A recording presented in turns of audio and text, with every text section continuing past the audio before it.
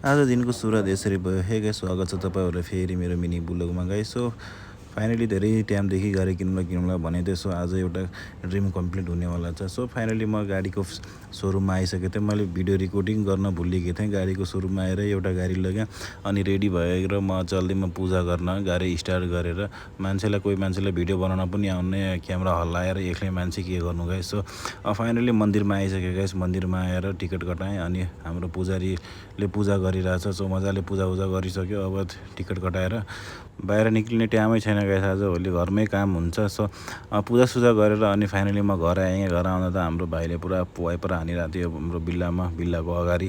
कोही बिल्लामा हामी यहाँ प्रायः सब केटाहरू मात्रै छौँ यहाँ बिल्लामा काम गर्ने। मजा हुन्छ, केटाहरू पनि छन्। अब छन त छन्, तर अब काम परे बेला कोही पनि सबले आफ्नो गाँड देखाइन्छन्। सो केटाहरूले पानी तानिरहेको थिएँ आफ्नो ग्यारेजको अगाडि। म चाहिँ यसो भिडियो बनाएर मजाक लगिरहेको थिएँ म। सो यहीँसम्मको थियो गाइस एउटा